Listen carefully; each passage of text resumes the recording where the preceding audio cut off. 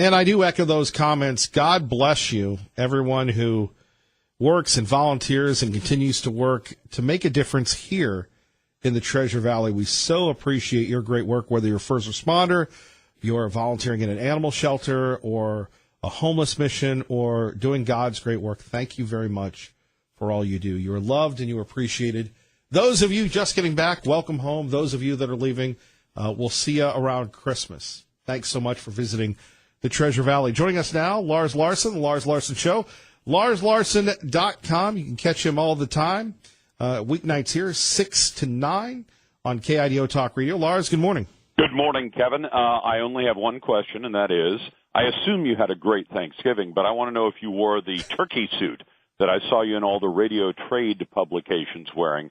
Do you wear that to Thanksgiving dinner? Oh, my gosh, Lars, that's why you're asking the hard-hitting questions I can neither confirm nor deny. But if I haven't been, I'm sure I will be soon. And it's amazing what a turkey outfit will do to ease the mood when it comes to just all this national distress. How was your Thanksgiving? My Thanksgiving was fantastic. I got a chance to see my granddaughter, Payson, who's 2.5, on her way to 3 on April Fool's Day, and she was wonderful, or is wonderful. I was dismayed, I guess dismayed is the most polite way I can put it, to see the so-called migrants that Network News is describing trying to rush our border over the weekend and throwing pieces of concrete and rocks at our Border Patrol agents and finally being driven back with tear gas. And the Mexican government has finally stepped up and said, we will start guarding that border better. But they did it because Trump shut the San Ysidro border crossing, which normally handles about 100,000 cars a day. That's where you drive south of San Diego and cross into Mexico near Tijuana. And he basically is playing hardball, which is exactly what I'd expect this president to do, saying, you want to send people, if you're not willing to help us with this problem, then we're going to close that border crossing. Can you imagine the economic implications for Mexico if you tell 100,000 daily border crossers, legal border crossers, that they can't go into Mexico, and if they go in, they can't come back out? And yet the president under siege, but Lars, this seems like common sense. Yet I can't think of another president outside Ronald Reagan that would do the same thing. I can't either. And in fact, when I tweeted out this weekend, I said the previous 4 POTUS were unwilling to do this kind of thing. And that includes not just Barack Obama, but George W. and Bill Clinton and George Herbert Walker Bush would not have guarded our border this way.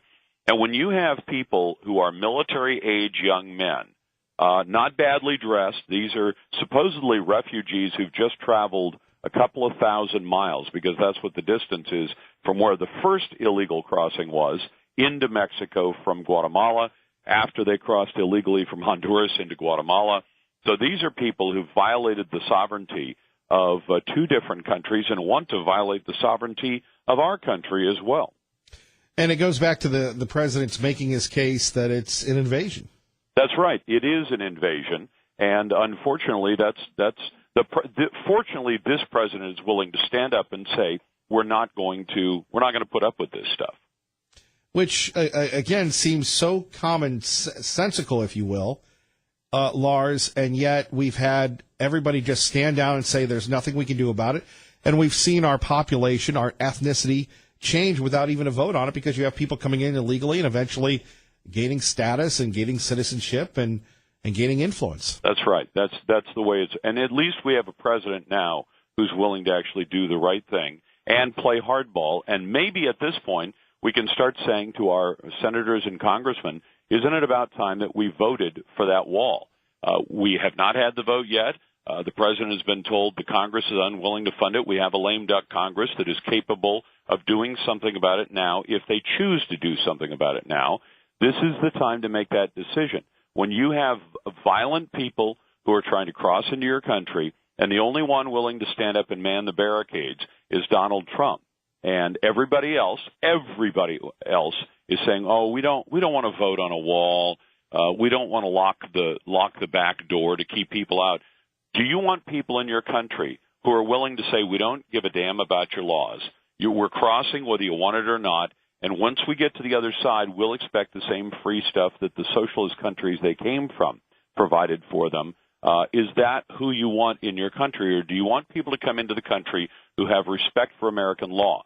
Because this is, I know that phrase that some people get tired of hearing it, but we are a nation of laws, not a nation of men.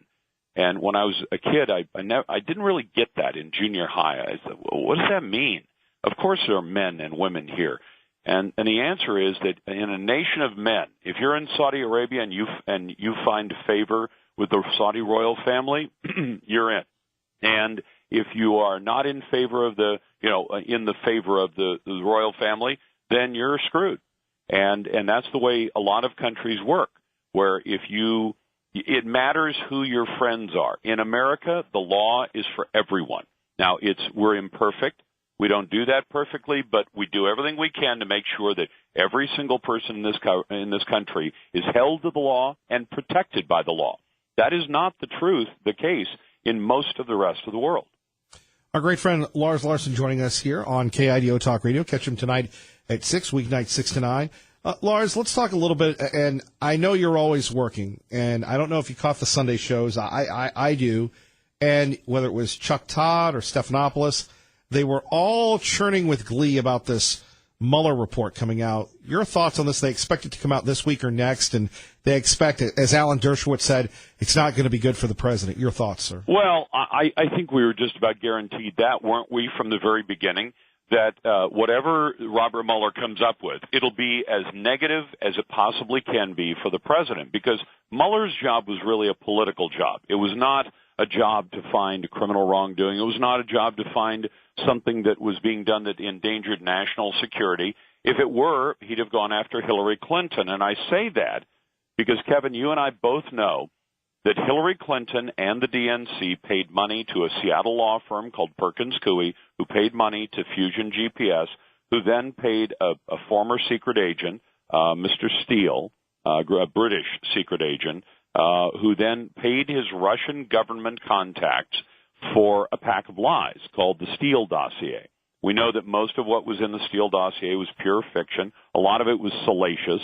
And they tried to use it to prevent Donald Trump from becoming president by telling the American voters. Well, the problem was they couldn't get any media to bite on this because most of the media looked at it and said, that stuff is so crazy, we're not even putting it on the air unless we have some proof that it's real. Well, it turns out they were smart to do that because it was not real. So if Mueller's job was to find examples where Russian government officials gave information that was designed to change the minds of American voters and corrupt an American presidential election, he's got that right there. He's not going after that at all. Instead, what he wants to find is some proof that Donald Trump was in cahoots with Vladimir Putin. So far, in about 2 years, he's found exactly nothing. And if you go back to the original FBI investigation, which began in the summer of 2015, we're talking about 3.5 years of investigation by various government agencies. Mueller's investigation is shorter than that because it began after the Trump presidency began. So we knew that he was going to look for as much dirt as he could possibly get on Trump. So the fact that he's going to come out and say, I don't have anything to recommend, and this is, I think Professor Dershowitz is right. He's a smart guy, and while he tilts to the left politically, he's a guy who's willing to call him as he sees him. He believes that Robert Mueller will produce a report which has nothing in it that shows any criminal activity, but it will have every piece of dirt in it that you can imagine on Donald Trump. And what's the point of that? To give the Democrats the excuse that they've been looking for to impeach Donald Trump. Well, imagine this, Kevin. Is this what the founders envisioned when they said you can impeach a president? The Democrats began talking about impeachment publicly the day after the election, before Donald Trump had even become president of the United States, 2 months before he'd taken the oath of office.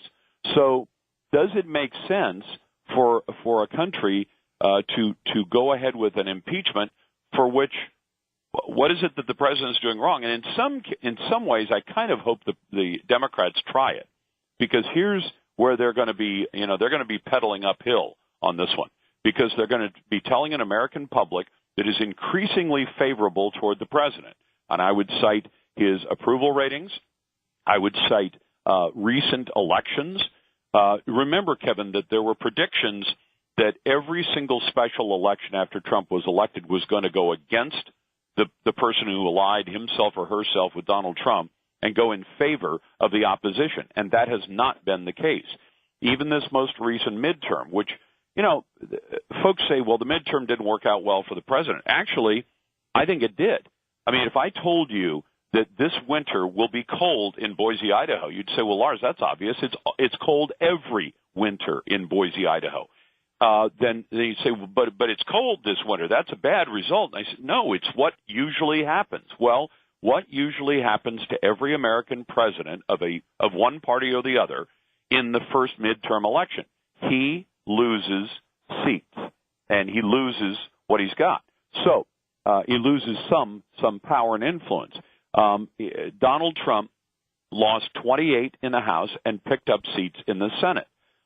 Bill Clinton lost 56 seats in the House, almost twice as many, and lost seats in the Senate. Even the great, vaunted Barack Obama lost 63 seats. I think it was 63 or 68 seats, more than double Trump's loss in the House, and lost 8 seats in the Senate. Donald Trump picked up seats in the U.S. Senate. So if you tell me it was a bad result, I would tell you it's like winter in Boise. It's going to be cold. The question is, was this an especially cold midterm for Donald Trump? And the answer is no. It actually was one of those winters where you say, gee, have you noticed how warm it was this winter? It's warmer than usual. Donald Trump got a better result than usual in the midterm. And his overall approval ratings are up. In fact, they're higher than the approval ratings were for Barack Obama. And I'd remind you of two other factors that factor into that. Barack Obama had slobbering, adoring news coverage for 2 years before his first midterm. Donald Trump has had overwhelmingly negative news coverage for the first 2 years. Now, I could convince you, Kevin, that Mother Teresa, the late Mother Teresa, is a terrible person if I gave you 2 years of the American mainstream media unloading on all of her faults. You could take Santa Claus could be turned into a devil if the American news media went after Santa Claus for 2 solid years. So you have to factor that in. When Donald Trump is doing as well as he's doing, when he's had the American news media, which is the way most people find out what's going on in the world. They don't find out from their family and friends. They find out from reading online, reading the newspaper, watching television, and listening to your show. That's the only, and what their friends are telling them is what they've learned from what they've read and listened to and watched. That's the way it works. Because other than that, you may have a friend in Washington, D.C. You may have talked to your congressman. That's one of 535. But other than that, most of the people listening to this right now have no direct line of information to what's going on in our government other than what they get from media. So if the media for 2 solid years tells you that Donald Trump is the worst thing in the world, but your own eyeballs tell you we've got the lowest unemployment in history, we've got the lowest teen unemployment in 50 years, we've got the lowest female unemployment in 50 years, we've got the lowest black unemployment in recorded history, we've got the lowest Hispanic unemployment in recorded history, the economy is going great. How are those two messages going to mesh up? That the Democrats say we have to impeach Donald Trump. Robert Mueller didn't find a single thing that he did that broke the law, but we have to impeach him. How do you suppose people are going to react to that? You're right. You're right, Lars, as opposed to what they're getting fed by the media. Finally, what do you make of now they're going after Dr. Corsi, who's been a friend of talk radio hosts for years? And not one of mine. Yeah. He's been one of mine. I'm with you on that. And I just don't understand it. They're, well, Dr. Corsi this, Dr. Corsi that, and you're thinking, is that what it's going after Dr. Corsi? Yes. And, Kevin, the sad thing to say is it'll likely be what they call process crimes. And the only way to illustrate that, because it's complicated, is I guess, I've always had a positive view of law enforcement for my entire career. And I know that there are people in law enforcement who break the law and break the rules from time to time, and we typically go after them. charge them, convict them, and punish them for breaking the law. But what the FBI has been doing lately, and there are many people in the FBI who are loyal to everybody except Donald Trump. And I'm not asking them to bend the law for him. What I'm saying is, if the FBI decides they want to put you in prison, here's how they do it. They come and they talk to you, Kevin, and they sit down and they have an interview with you about something they're investigating, and you give them a set of answers. Then they come back and talk to you 2 months from now. If your answers do not match up precisely, then you have lied to the FBI. In one of those 2 interviews, you've lied. And the FBI has been doing this since the first days of the Trump administration. Let me give you a great example. For some reason, they went to talk to General Michael Flynn, who was the National Security Advisor appointee. He was only in office for a couple of weeks, and then he left the administration. They said, "You talked to the Russian ambassador," and he said, "Yes, I did." That was part of his job, was to talk to the Russian ambassador. They then began asking him about things he'd talked to the Russian ambassador about. Now, this was some time later. They had a transcript of everything he said because the calls had been recorded. Now, Kevin, I'll bet if I could get a transcript of a conversation you had with somebody, and I talked to you about it a couple of weeks later, and I say, "Kevin, did you talk to so-and-so?" And you said, "Yeah." And I said, "Well, did you ever mention X?" And you didn't recall bringing up the subject, but they know from the transcript you did.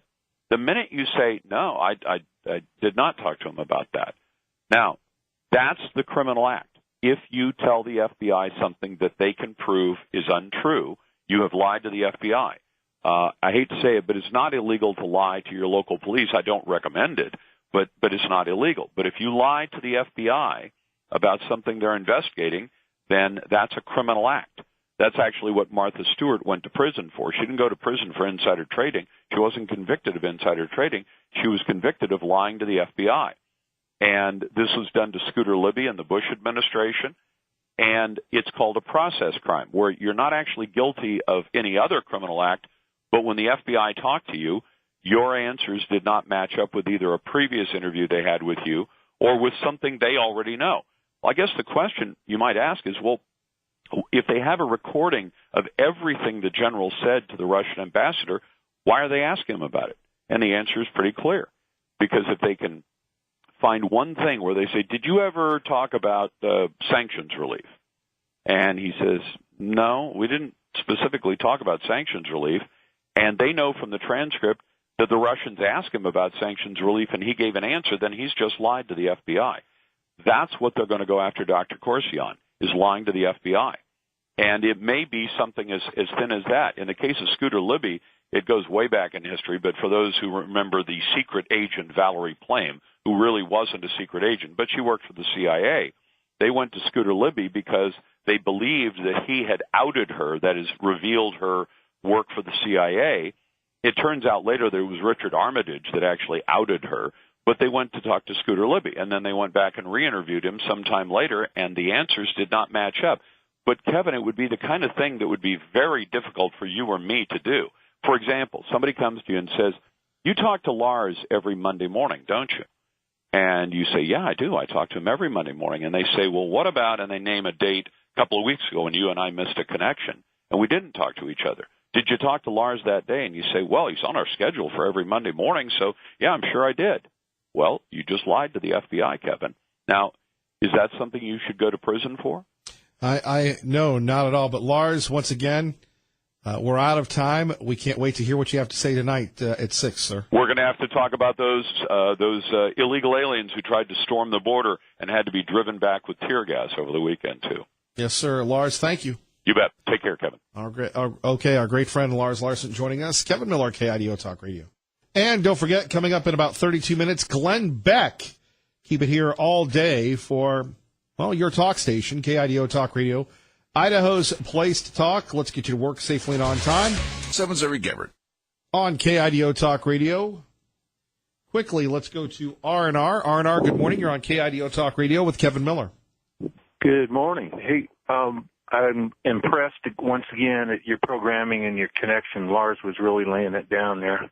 I believe that Trump is President Trump is totally behaving as a commander-in-chief, and I find a great deal of belief in the American border and sustaining of our sovereignty, and I think it's just an excellent thing that we've got men without ammunition in their guns that are on the border, and a lot of people in front of them called the Border Patrol. So I am a little bit distressed that Ontario fell, and I listened to your call to annex Oregon once again last week, but it's good to know that we can pacify ourselves with cheeseburger pizza from Papa John's. Good talking to you. Thank you, R&R. R&R just broke down the entire show from my endorsement of the Papa John's pizza, the cheeseburger pizza. It's incredible. It tastes like a pizza, to annexing Ontario, Oregon, to bring it back into the law-abiding column, if you will, to the crisis on the border. Coming up next, your thoughts, your calls with me, Kevin Miller. Is it time to send more troops to the border on KIDO Talk Radio? Good morning, Doug. Good morning, Kevin. Okay, let's get out to the White House with our great friend John Decker. John, we're going to try and, just kind of give you a little topsy-turvy report to see how you react to it. By the way, good morning. Good to have you on with us, sir. Hey, thanks a lot, Kevin. Hope you had a nice Thanksgiving holiday. I was thinking of you working, sir. Did you any ghosts around the White House while you were manning the fort? Yeah, so that was Thursday. I turned on the lights here on Thursday, turned off the lights when I left early on Thursday to go to my Thanksgiving dinner, and it wasn't that bad. I mean, believe it or not, it was a busy day because the president, you may have seen, was tweeting, and he was talking to reporters as well, and so never a dull day, even on Thanksgiving here at the White House. No, not to get too inside, but this is just an unusual headline that has been circulating for years. Joe Scarborough, Mika Brzezinski, they've been a couple for quite some time. It's been documented. Both were married. Now they've married each other, and they got married at the National Archives in front of the Declaration of Independence and the Constitution, and Representative Elijah Cummings officiated, I guess, fresh off his Meet the Press moment over the weekend. Is that how they get married in D.C.? That's not how I got married. I got married in God's country. I was in Arizona. I was beautiful day, and I love that place and love that state. But I guess that's the way celebrities like Mika Brzezinski and Joe Scarborough get married. I missed that. So and as you told me this, I looked it up, and what do you know? How about that? Right. I was not invited, by the way. I was not invited to the wedding. Very, very disappointed. Well, their loss on that one, but talk about, That's right. I guess, really an insider D.C. ceremony in front of the Constitution and the Declaration of Independence. It's indescribable, really. I guess, I look, to each his own and to each her own. So I wish them the best of luck in their marriage and in their lives together.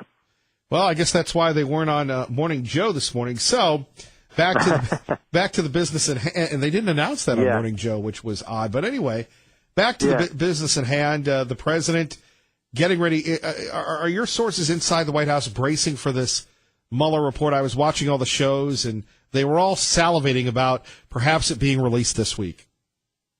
You know, I hear all kinds of things, and those stories end up being incorrect. There was a story a few Mondays ago that Robert Mueller is set to announce another indictment. I think it was 2 weeks ago or 3 weeks ago. It never happened. It was CBS that reported that story. So, look, this is a special counsel that keeps things very close to the vest. And, we see very few, if any, at all, leaks coming from Robert Mueller. So I think that we'll see a report when we see a report. I don't think we're going to get any heads up regarding that from Mr. Mueller. What about the president this week? Anything important planned? Of course, every week you've got the lame duck Congress. You've got the possibility of getting funding for the border wall. Obviously, the caravan is causing some chaos. Well, you say, what's up with the president? He's got a busy week. He is going to be hitting the road today. He's doing 2 campaign rallies in Mississippi. There's a big Senate runoff that will take place tomorrow in Mississippi. Cindy Hyde-Smith is hoping to keep that seat. She's a Republican. She's running against Mike Espy, and it's closer than people thought. But having said that, I think that she'll easily hang on to her seat and keep that in Republican hands. But the president, Kevin, not taking any chances. He's heading down to Mississippi to do these 2 campaign rallies, and then later this week, the president will be flying all the way down to Buenos Aires, Argentina, for the G20 summit. And there, Kevin, the president will have a one-on-one summit with President Vladimir Putin of Russia, and also a one-on-one meeting with President Xi Jinping of China. So a lot on the president's agenda this week. Indeed, the president wasn't invited either. So to Joe and Mika's wedding. That's right. Well, there you go. That's not a big surprise. You are plugged in because you just informed me about their wedding. I had no idea. In fact, I think I was thinking of a few weeks ago, maybe a few months ago. I don't even remember when it was. I knew that they were engaged. I didn't know whether they got married. I didn't know if it was one of those situations where you just are engaged for a long period of time. But look, they're married. So does Mika is she Mika Scarborough now? Wow. I don't know. John, it's funny. You focus on the important issues that matter. I'm on the goofiness on the fringe, but right. It's fascinating because they met when he was doing Scarborough Country, and he wanted her to be his liberal foil when they moved to the mornings. And they did a puff piece on them on CBS this morning about 2 months ago, and they actually live in separate homes. I did not know that. I would imagine now they'll move in together. Wouldn't you think that? That's what married couples do, but maybe they do different thing. I don't know. Well, at the sake for tune-out, she has chickens that she raises and dogs, and Joe's not down with that. But I see. A lot of compromise. A lot of information about them. A lot more than I do. That's for sure. But like I said, they obviously had a very busy Thanksgiving holiday weekend, busier than you or I. Getting married, pretty big affair, and now I'm going to be reading more about it now that you've told me about it, Kevin. John Decker, you're a gentleman and a scholar. Thank you, sir.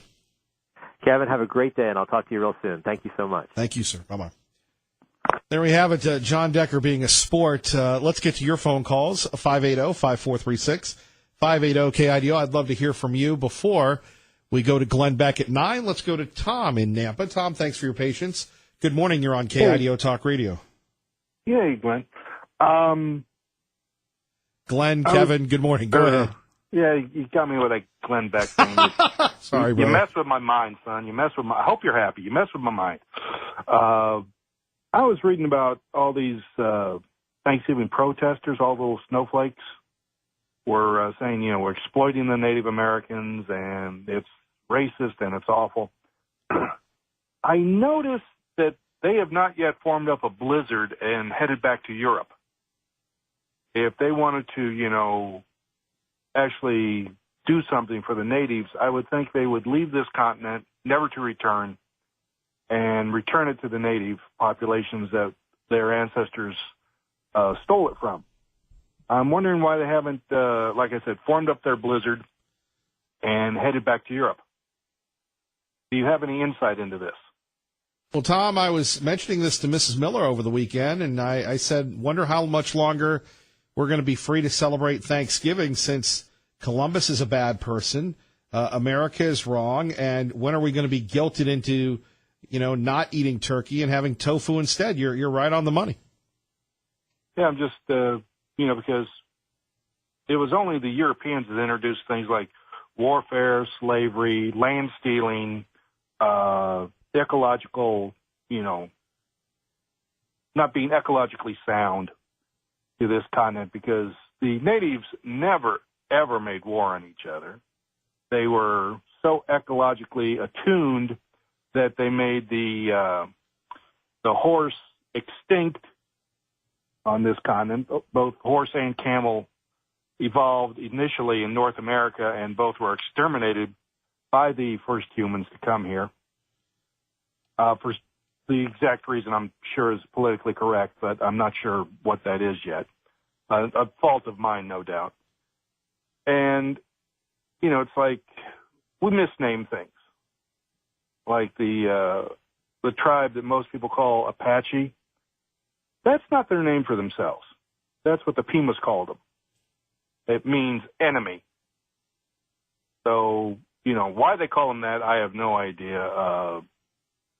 It's not like they could possibly be hostile to one another, because that's a habit exclusively to Europeans and European-derived persons and cultures. Because everything in the world that's wrong is a European, mostly American, European-derived Americans' fault, or more specifically, white male heterosexual conservative Christians' fault. And everybody knows that. Because I know I spend all my time screwing up the environment, repressing minorities, repressing women. I tell you, man, I'm exhausted. I may take a vacation here fairly soon. You're gonna have to take up the slack, though, son. Think you can do that for me? I hope so, Tom. And sorry for messing with your mind, brother. You take care. See ya. Bye-bye. Bye-bye. The publisher of the Gem State Patriot, gemstatepatriot.com, Tea Party Bob, joins us now on KIDO Talk Radio. Good morning, sir. Good morning, Mr. Miller. And I'm not giving up turkey for Thanksgiving. I don't care what anybody says. Well, I'm glad you're still amongst us. I am still amongst it. Well, what did you think I did? Left or what? Didn't really hear from you, so there you have it. I see. You were probably eating too much turkey. You couldn't hear. No, just opining to hear your wisdom this morning, sir. Well, if the progressive want to help reduce CO2 emissions and global warming, all they have to do is to stop blowing hot air with the nonsensical theories about climate change and how to impeach the president. You know, they need to fix the border problem instead of spending money on dumb climate studies and stupid investigations about Trump and the Russians. The next 2 years are going to be very tenacious, and Congress and our president is going to need all the support he can get. Special Prosecutor Mueller's report will probably turn out around Christmas time with little or nothing to point to interference or collusion by the president 2016 election. And what really needs to be done is for people like Comey and Rod Rosenstein to be put on the stand to testify under oath about the FISA warrant and why it was issued. You know, if we don't get this done before the congressional changeover in January, it's not going to get done at all, and we're not going to know the truth. You know, this is the only way it's going to come out. And I just have a couple of comments on climate change. You know, in 2017, the U.S. had the largest decline in CO2 emissions in the world for the 9th time this century. Over 31,000 scientists reject global warming. They say there is no convincing evidence that humans can or will cause warming. And there is no convincing scientific evidence that humans release carbon dioxide, methane, or greenhouse gases that are going to cause anything in the foreseeable future on global warming. So, moreover, there is a substantial scientific evidence that increases in the atmospheric carbon dioxide produce many beneficial effects on the natural plant life and the animal environments on the Earth. And as far as the fake news promoting the fact that the devastating fires in California were caused by global warming, that's just a lot of hooey. 95% of the wildfires that ravaged California in the past 100 years were caused by humans, according to the forthcoming study by the Wildlife Fire Journal. California is ripe for wildfires with the high winds and the droughts. In recent U.S. geological surveys shows that human interaction in the landscape, no matter the climate, is causing most fires. So it's the humans who cause the fires, not global warming. I think if we did a better job of managing our forests, we wouldn't have so many problems.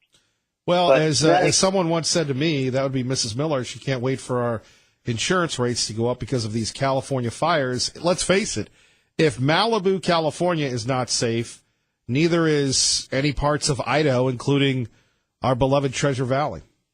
Well, think about it, Kevin. People are building their houses in the middle of a forest. When there's a forest fire, what do you think is going to happen? I mean, there is no logic to this. They do nothing to protect their homes. They've got trees all around them. This is the height of stupidity. Right. By the way, hold on before you go. By the way, this just breaking. GM set to close plants in Michigan, Ohio, Maryland, will cut 15% of salaried workers in a sweeping cost-cutting plan. Your reaction? Well, we've known that car sales have been going down for the last couple of years. You just can't keep selling cars the way they've been selling them. So I guess I kind of expected this to happen. I would think that with all of the unemployment out there, that those jobs are going to be filled by the people that are going to be laid off. But you know how it is. Those car jobs, especially if you've been there for years, it's union jobs, union wages. Those are the gold standards, really. Well, they're $60 an hour jobs, but they're not. No, the people that are leaving them, that are getting thrown out or getting laid off. First of all, they're going to have a lot of benefits going with them. But the other point is that there are other jobs out there they're going to be able to find. Not at those benefits. Oh, no, not at those benefits. But those are ridiculous benefits in the first place. We knew that when GM was bailed out by the government. And we go back to cash for clunkers. Thank you, Tea Party Bob. Have yourself a great day, Kevin. You too, our great friend Tea Party Bob. You can catch his work at gemstatepatriot.com. KIDO Talk Radio Time 8:51. Coming up next, thanks to Tom and Nampa, we take a look at Thanksgiving and what folks in one Northwest college, one world-famous Northwest college, the students had to say when asked the question, is Thanksgiving racist? If you're not awake yet, you won't believe what they have to say. That's next with me, Kevin Miller, on KIDO Talk Radio. You know, Ray Amaya, that is so brilliant. You need to use that again and again as we continue to cover the caravan and the wall, just knocking it out of the park, summarizing the wall, the caravan, and everything else. Now, thanks to Tom and Nampa for bringing this up. Kevin Miller with you here on KIDO Talk Radio. Don't forget Dave Ramsey today, noon to 3, followed by Sean Hannity and Lars Larson. You have these folks from Campus Reform. Now, Campus Reform is a conservative think tank. They go to the campus to find out, well, what's really going on with these kids today? And they went to the University of Oregon. Go Ducks. Now, maybe some of you have your East Coast teams and your West Coast teams. For me, my East Coast team is the University of Alabama. My West Coast team is Oregon. I loved what Chip Kelly did. I love innovators in offense and people that just are outstanding leaders. So you go to the University of Oregon, where they filmed Animal House, by the way, and is the University of Oregon progressive, liberal, conservative? Let's take a listen. Called Thanks But No Thanksgiving. It's about decolonizing a holiday, about finding the racial problems and the cultural problems with it. What do you think about that? That's great. I mean, but doesn't help natives, does it? Yeah, there's definitely a racial history or a racist history to Thanksgiving. Okay. And now, this is so good. We might have to bring this up tomorrow. Thanks, but no Thanksgiving. You have kids saying, well, yeah, it's a racial element. It's celebrating the founding of America. William Bradford, the heroes of what would happen if we didn't have the Pilgrims, if we didn't have the Mayflower Compact? Right? And this is the future leaders of America? And that should probably definitely be addressed more in education. The whole concept of taking land and assigning a value to it through cost is it was different through European cultures. Oh, I mean, yeah, sure. It was different through European cultures. My goodness gracious, folks. We have a lot of work to do. Now, Tom, you want to take a vacation. Tom called earlier. He was so fed up. He wants to take a vacation. We have to come back and fight because this is what's going on at the University of Oregon. We'll have more on this tomorrow. First, traffic and weather together on 107.5 FM. Gabbard. And I'm Kevin Miller. Ray Amaya, great job as always, starting the week the right way. God bless everybody. Keep the faith. Glenn Beck is next. Stay tuned.